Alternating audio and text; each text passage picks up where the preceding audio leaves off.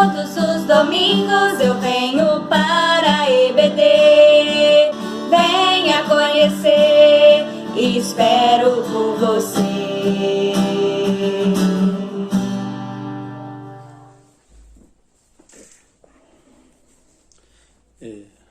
A paz do Senhor, irmãos. Nesta manhã de domingo estamos aqui para aprender da palavra do Senhor. Nós vamos estar estudando a lição de número 4, Chorando aos Pés do Senhor, na revista Jeremias, Esperança em Tempos de Crise, né? Revista de 2010. A palavra do Senhor, ela nos fala em Tiago capítulo 4, verso 9, o texto áureo: Senti as vossas misérias, e lamentei e chorei. Converta-se o vosso riso em pranto, e o vosso gozo em tristeza. Então, nós precisamos nos converter diante do Senhor, o nosso riso. Primeira coisa é sentir, é perceber a situação de juízo que nossa vida merece. A situação que nós estamos, de juízo em que nós estamos vivendo, a nossa situação, é sentir isso. Segundo, depois vem o processo de arrependimento, desejo ardente de mudar, esforço por mudar, que significa converter-se novamente, cada dia mais se converter diante do Senhor, estar na presença do Senhor. O nosso desejo pelas coisas mundanas, nossa alegria na carne deve se transformar em pranto. Nosso prazer no pecado deve se transformar em tristeza. Quebrantamento diante do Senhor para que alcancemos a sua misericórdia. Então, o nosso pecado tem que se transformar em tristeza.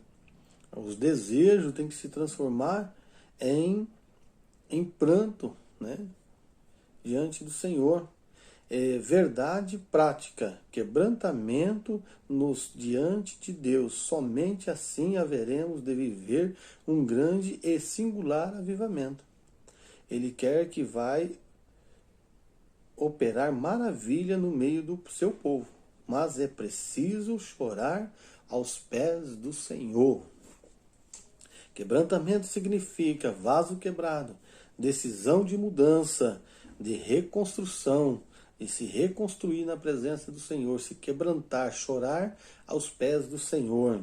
Avivamento só vem com a santificação diante de Deus, com muito desejo de santidade para estarmos na presença de Deus. Então, nós precisamos estar com muito desejo para estarmos na presença de Deus. Lamentar, né? Aqui quer dizer o choro, né? Choro é chorando aos pés do Senhor. Significa apelar, pleitear, interceder diante de Deus em favor dos pecadores, que é o que Jeremias fazia. Ele intercedia diante do povo de Deus, aos pés do Senhor. Jeremias, esperança em tempo de crises. Então, Jeremias era a esperança em tempos de crises na presença do Senhor. Nós vemos também que pensamento do cativeiro e prisioneiros de uma intimidade com Deus. Então, os pensamentos de Jeremias, ele estava prisioneiro, mas diante de uma intimidade com Deus. Jeremias continuava a expressar a sua angústia por causa do povo rebelde de Deus e da sua recusão, nem em arrepender-se, assim escapar da destruição que se aproxima. O povo não estava nem. Exclamação de angústia, declaração de culpa, a advertência sobre o castigo inevitável que estava por vir, né, sobre o povo. Descorre este capítulo todo. Nós vamos encontrar esse assunto, né? mas era inevitável. Jeremias é comumente chamado o profeta das lágrimas, 14 e 17, que chora de dia e de noite por um povo de coração extremamente endurecido para perceber a ruína que se avizinhava. O povo não queria nem perceber, não estava nem aí. É que nem hoje, nós estamos nos aproximando, né, ao arrebatamento da igreja, a uma vida com Cristo. E nós precisamos nos santificar cada dia mais na presença do Senhor. E o que o povo está fazendo? A palavra está sendo pregada, a palavra está sendo anunciada, mas o povo está sendo rebelde ainda. Muitos não querem nem ouvir a palavra do Senhor. Lamentações 2:11 nos diz: já se consumiram os meus olhos com lágrimas, turbaram estas a minha alma, e o meu coração se derramou pela terra por causa do quebrantamento da filha do meu povo, pois desfalecem os meninos e as crianças de peito pelas ruas da cidade. Então as lágrimas de Jeremias, né, se decorria, né, aos seus olhos, a sua angústia, né, turbava-se a minha alma. Jeremias ficava com a sua alma turbada por causa, né, do povo que não queria se aproximar de Deus, que não queria estar na presença de Deus. Nós vemos também, vamos agora para a nossa introdução, né? Nossa palavra que é a nossa introdução, nós vamos agora. Jeremias, irmãos, ele estava numa situação que ele se encontrava numa situação de querer se esconder da presença do Senhor, né? A vontade de fugir e se esconder para não assistir o juízo de Deus sobre os ímpios pecadores. Jeremias sofria a dor de Deus. Se nós lermos aqui, ó, nós vamos pôr o verso 2 aqui, ó. Provará Deus tivesse no deserto uma estalagem de caminhantes, então deixaria o meu povo e não apartaria dele. Então, o desejo de Jeremias não era nem estar ali naquele momento. A introdução: dai-me a Escócia, senão morrerei. Eis o lamento de John, ao ver seu país despedaçando no inferno. Que faremos nós diante da gravíssima situação em que vive nosso país? A semelha de Jeremias a John. Pranteamos e choremos enquanto é tempo? É chorar, é hora de chorar? Nenhuma lágrima poderá se poupar. Intercedemos junto a Deus por nosso país e por nossa cidade. Deus quer avivar ainda mais a igreja para que vivamos a nossa nação. Então nós temos que tomar as dores como Jeremias e John aqui, né? Tomou essa dor. Esse John aqui, eu não consigo ler o sobrenome dele, mas ele é um ex-padre, né? Ele é um ex-padre, então reformista, né? E converteu, né, ao Evangelho. E ele falava: dai-me, Senhor, a Escócia, né? Intercessão por uma nação, choro e pranto e lamentação, colocar a vida nisso. Nós precisamos interceder, né?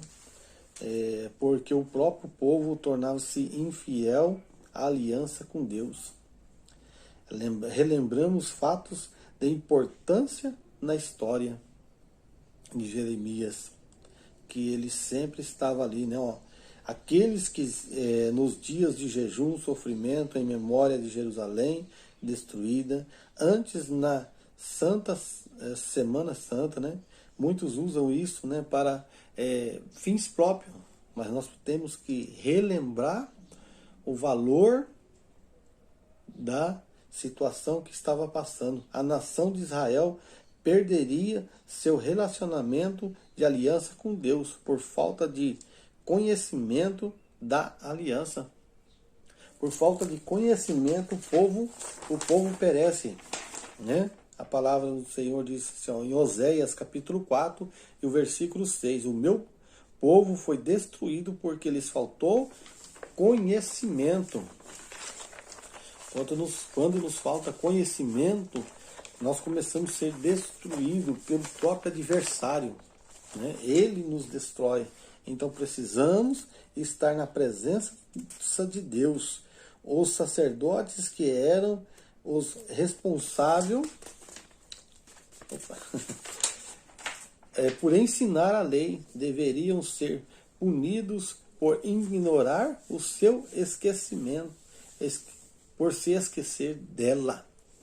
Então, ali Jeremias estava sozinho, os sacerdotes tinham se esquecido. A marca de Jeremias deixa para a história a marca da intercessão em favor de Judá. É a intercessão em favor de Judá.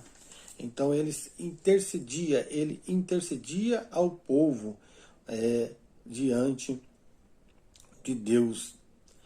Oséias 4 e 6, o meu povo foi destruído porque faltou-lhe o conhecimento. Porque tu rejeitaste o conhecimento também, eu te retirarei, para que não sejas sacerdote diante de mim, e, vista que te esqueceste da lei de Deus, também eu me esquecerei dos teus filhos.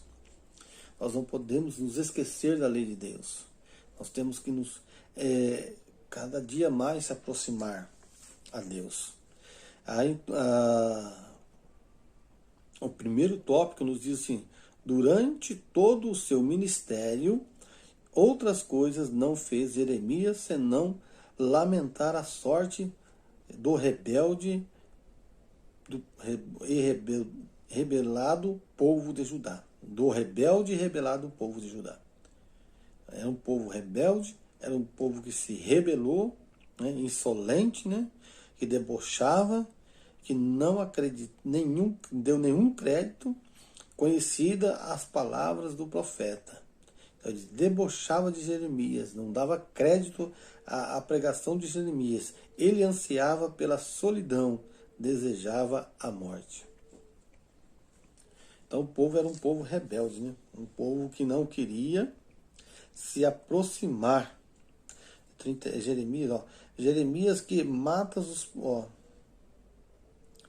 profetas e apedrejam que são enviados. Quantas vezes quis ajuntar os teus filhos, Jerusalém, né? Jerusalém, Jerusalém, que mata os profetas e apedreja os que te são enviados. Quantas vezes quis eu ajuntar os teus filhos, como a galinha junta os seus pintos, debaixo das suas asas, e tu não quiseste. Mateus 23 e 37. Jesus, né, intercedendo pelo povo, falando na mesma situação em que Jeremias falava. Jeremias queria que o povo se chegasse diante de Deus. E eles, com rebeldia aqui, eles debochavam, eles eram insolentes. E agora Jesus fala, quantas vezes eu quis te ajuntar? Quantas vezes eu quis te trazer para perto de mim? E tu não quiseste.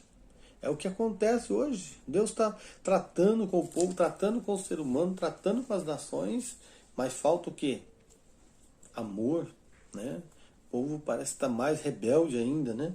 Não obedece às leis, não obedece às situações, mas nós precisamos interceder, tomar a dor desse povo, como Jeremias fez, como verdadeiros profetas diante de Deus, dobrar o nosso joelho, interceder pela nossa nação, interceder pela nossa cidade, pelos nossos governantes.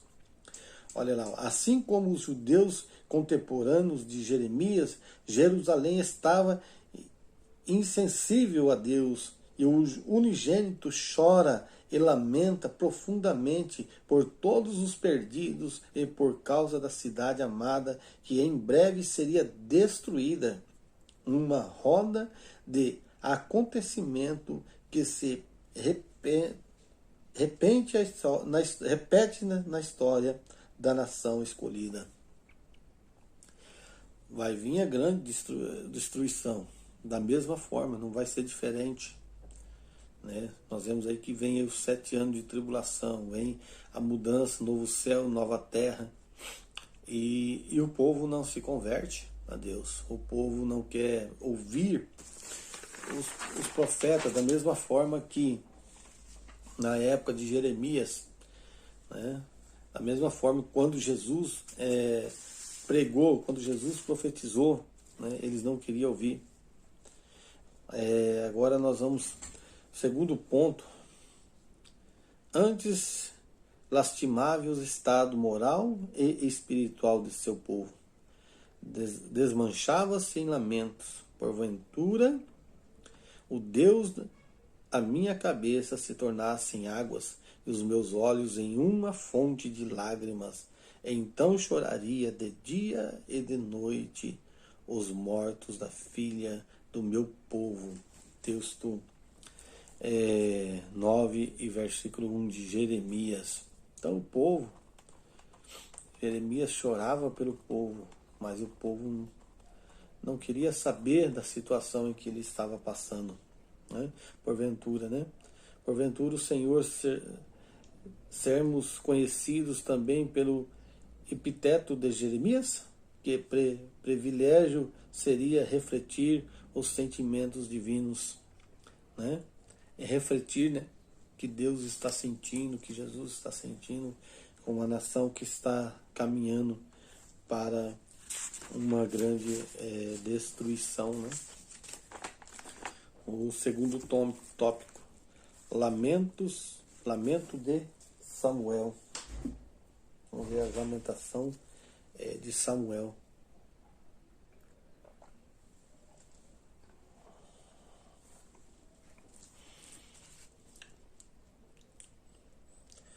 Arrolado entre os grandes intercessores do povo de Deus, Jeremias 15:1. O profeta Samuel viveu o seu momento mais difícil, quando os hebreus, imitando os gentios, puseram-se a reivindicar um soberano secular. 1 Samuel 8 e 6. 1 Samuel 8 e 6. Aqui o povo reivindicava, né, um rei. Samuel se encontra numa situação em que o povo não queria mais ser governado por Deus, mas ele queria um governador, né, homem. Deixa eu achar aqui, irmão. 1 Samuel, capítulo 8, o versículo 6 da palavra de Deus. 8 e 6, diz assim: Porém, esta palavra pareceu mal aos olhos de Samuel, quando disseram: Dai-nos um rei para que nos julgue. E Samuel orou ao Senhor. Samuel se sentiu aqui rejeitado pelo povo, né? Mas aí Deus fala com Samuel: olha, Samuel, eles não rejeitam você, rejeita a mim. E mesmo assim, Samuel passou a lamentar com Deus por causa da rebeldia do povo. Mesmo que fosse contemporâneo de Jeremias, intercedesse pelo povo e o Senhor não atenderia. Aqui o povo ele estava numa situação de rebeldia muito grande. Jeremias expressa a profunda tristeza por causa do juízo que viria sobre o povo e a terra prometida. Em resposta, Deus afirma que não recuaria, nem mesmo se Moisés e Samuel intercedessem perante ele pelo povo. Ele não ia recuar. Foram grandes intercessores que, no passado tinha suplicado perante Yahvé pelos filhos de Israel. Mesmo assim, que fosse eles, que fosse Samuel, ele não mudaria. Então Samuel ele começou a lamentar diante de Deus pelo povo. Né? Samuel supera o tempo para interceder por Israel. Samuel ele superou aquilo que eles pediram, rei, e ele começa a interceder pelo povo. Mas mesmo assim o povo estava ali rebelde diante da presença do Senhor. Não orar pelos seus irmãos era considerado um pecado. Samuel pensava dessa forma. Ouve a voz do povo em tudo quanto te disser, pois não te tem rejeitado a ti, antes a mim me tem rejeitado, para eu não reinar sobre ele. 1 Samuel 8:7. Então o povo rejeitou a Deus. A nação rejeita a Deus.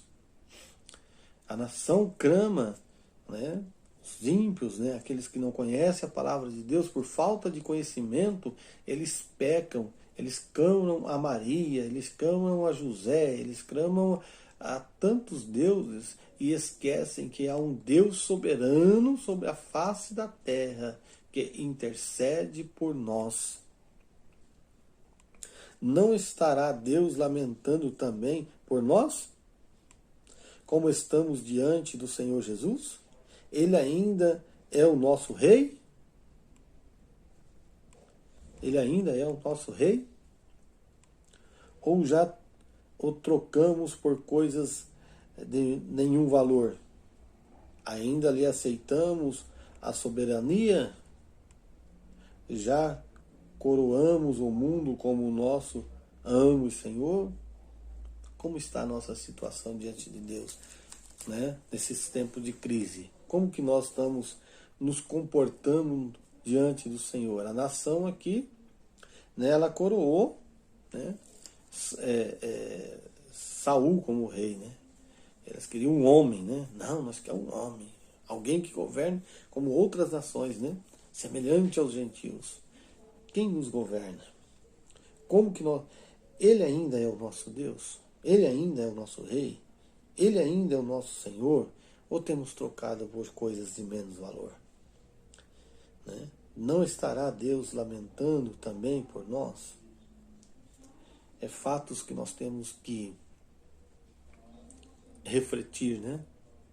Refletir e refletir para que possamos nos aproximar diante de Deus cada vez mais, irmãos. Lamento de Oséias. Oséias se considerado Jeremias do reino do norte.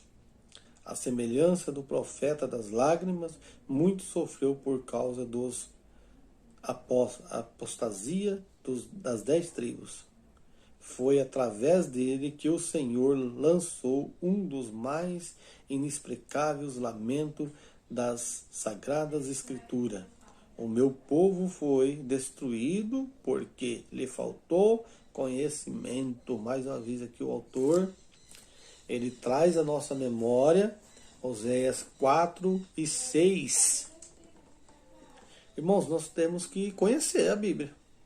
Nós temos que ler, nós temos que refletir, nós temos que pesquisar, porque senão vamos sofrer, vamos continuar sofrendo por falta de conhecimento. Temos que conhecer a palavra de Deus. Ela é o nosso manual, ela é o nosso guia, ela nos leva aos pés do Senhor. Então, o autor aqui dessa lição, ele volta de novo, né, em Oséias 4:6. Né? O meu povo perece por falta de conhecimento. Né? Aqui está aqui, o Claudionor de Andrade. O nosso comentarista é Claudionor de Andrade. Né? Ele volta aqui, ele passa por esse versículo umas 3 vezes, se não me falha a memória, de 3 a 4 vezes. Oséias 4:6. Então nós precisamos conhecer, através da sua pessoa, emoções do amor traído e da sua atitude de reconquistar a mulher que tanto lhe fez sofrer, o Senhor representa o seu amor redentor pela nação que se rejeitara nas Escrituras. E o casamento é uma metáfora do relacionamento entre Yahvé e o seu povo. Israel retratado como a esposa de Yahvé, né? Aqui vem falar do casamento de Oséias, né? Que ele se casou com uma meretriz, né? Aqui tudo era um tratado de Deus com o povo. Quando o povo se tornou infiel, olha só, quando o povo se torna infiel e adorou outros deuses, ele foi descrito como meretriz.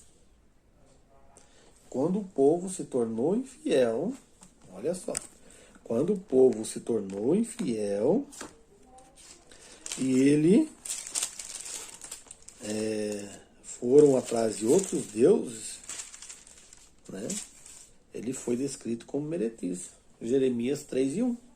Palavras de Jeremias, filho de Euquias, dos sacerdotes que estavam anotados na terra de Bearim, o qual veio a palavra do Senhor nos dias de Josias, filho de Amon, rei de Judá, no 13º ano do seu reinado. No capítulo do Jeremias 3, peraí, estou lendo o capítulo 1, vamos lá, perdoa-me. 3:1.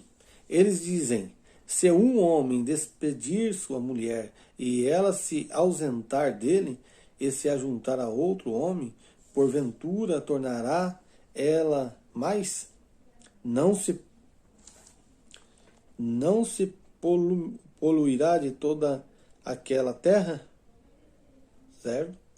Se a mulher largar o seu marido, se ajuntar ao outro, ela não vai se poluir por causa dessa situação? Ora, tu te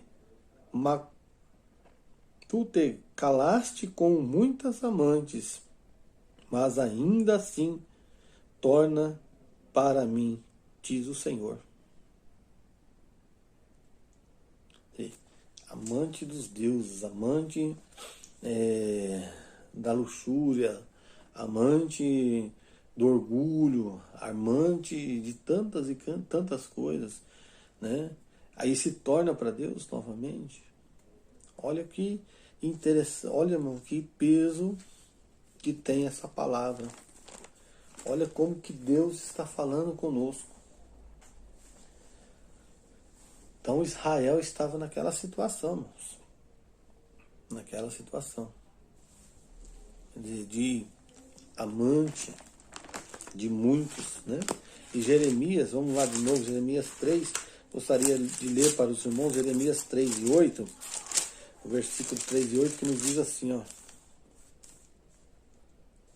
e vi, quando por causa de tudo isto, por ter cometido adultério, a rebelde Israel,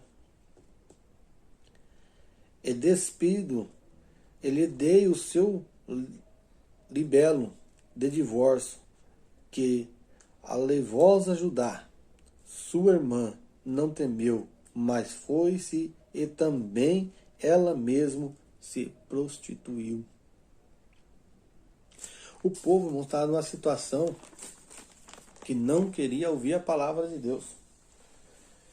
O povo estava numa situação de rebeldia, em meio às crises, em meio à tribulação. Era um povo rebelde.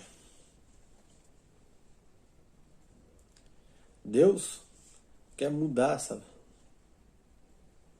Deus quer mudança. Deus quer que nós nos colocamos diante dele.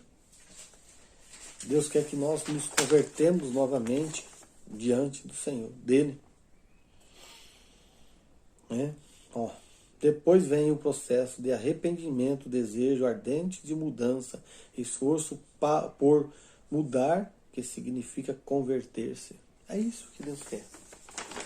É isso que Deus quer de mim e de você.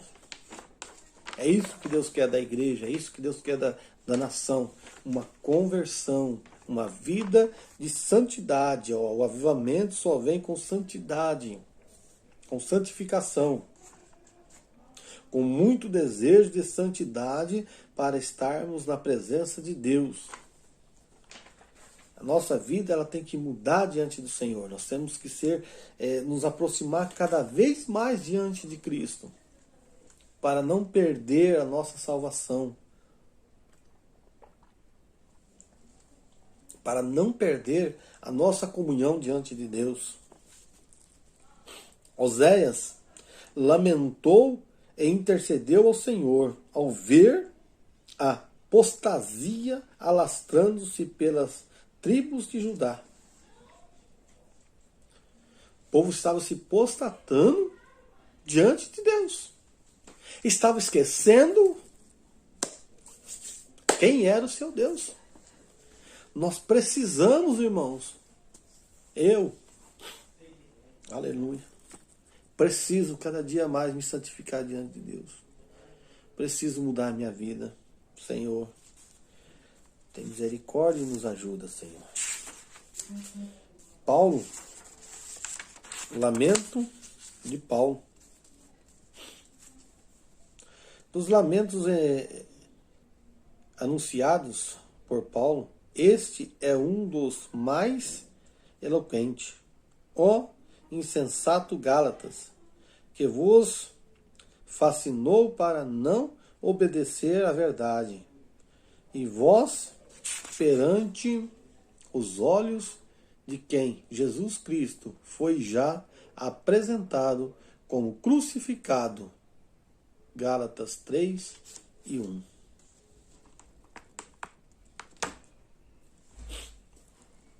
Mais adiante, abre o apóstolo seu coração. Meus filhinhos, por quem de novo sinto as dores de parto, até que Cristo seja formado em vós. Gálatas 4:19. Então Paulo sentia como dor de parto o sofrimento de Paulo pelo povo de Gálatas, pela rebeldia do povo, pela insensatez do povo. Né? O povo estava insensato, o povo estava fugindo, não queria obedecer, não ia perante a verdade, não queria se chegar a Cristo. Mas nós não estamos tendo culto presencial, mas nós estamos tendo culto online. Deus está na nossa vida quando nós colocamos o culto ali.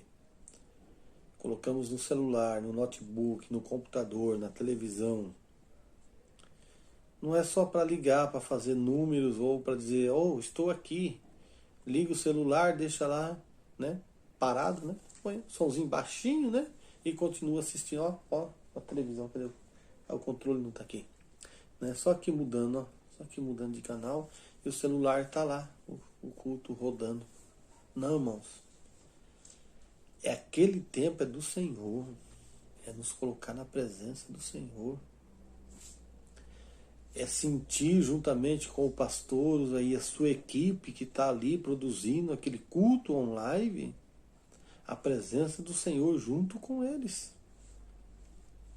Nós precisamos fazer isso. Ou é só ir lá no YouTube, né? Acionar lá. Tá aqui a escola bíblica. Deixa eu curtir aqui. Não, irmãos. Deixa eu fazer um comentário. Não, irmãos. É assistir, é participar. Né? É ir lá nos comentários e colocar a sua opinião. Falar também.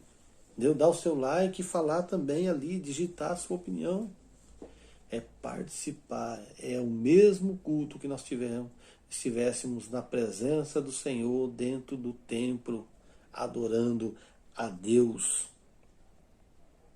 Muitos dos Gálatas retornaram aos falsos ensinamentos e perderam a alegria da salvação. Nós podemos, a igreja pode, tanto eu quanto, né, o ser humano, ele pode se incorrer nesse mesmo erro dos Gálatas aqui, se não estiver lá, né, na presença do Senhor lá, lendo a Bíblia, assistindo os cultos, participando. Se queremos de fato um avivamento singular, se queremos de fato esse avivamento singular, conscientizamos-nos de que esse somente virá através da palavra de Deus. Os crentes precisam estar atentos a fim de que não sejam seduzidos por um pseudo evangelho, né? Um evangelho falso, algo que não existe, um evangelho inventado pelas pessoas. Nós não temos que cair no pseudo do evangelho, né? Que é um evangelho falso, um evangelho que não tem conteúdo da palavra de Deus e que nos traz santidade, não traz avivamento e não nos traz a presença de Deus e que de maneira nenhuma nos levará ao céu.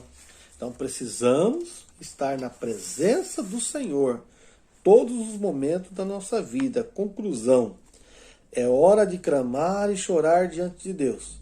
É hora de derramar copiosas lágrimas aos pés de Cristo Jesus.